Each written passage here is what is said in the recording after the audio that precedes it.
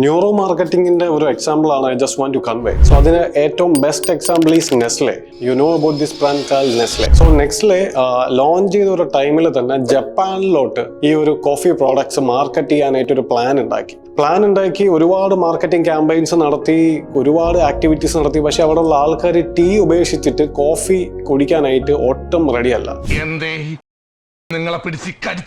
So ജപ്പാനിൽ ഈ ഒരു മാർക്കറ്റ് ബിൽഡ് ചെയ്യാനായിട്ട് നെസ്ലെ അയച്ചത് ക്ലൗഡ് റിപ്പൽ എന്ന് പറയുന്ന ഒരു ബ്രാൻഡ് സ്ട്രാറ്റജിസ്റ്റിനെയാണ്. പുള്ളി അവിടെ ചെന്നിട്ട് ഡയറക്ട്ലി കോഫി അല്ല വിൽക്കാനായിട്ട് നോക്കിയത്. But instead of that he actually introduced coffee as a candy to the children.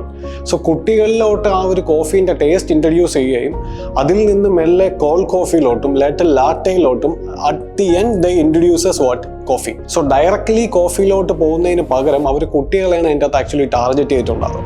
Okay, so this kind of marketing is actually called neuro marketing.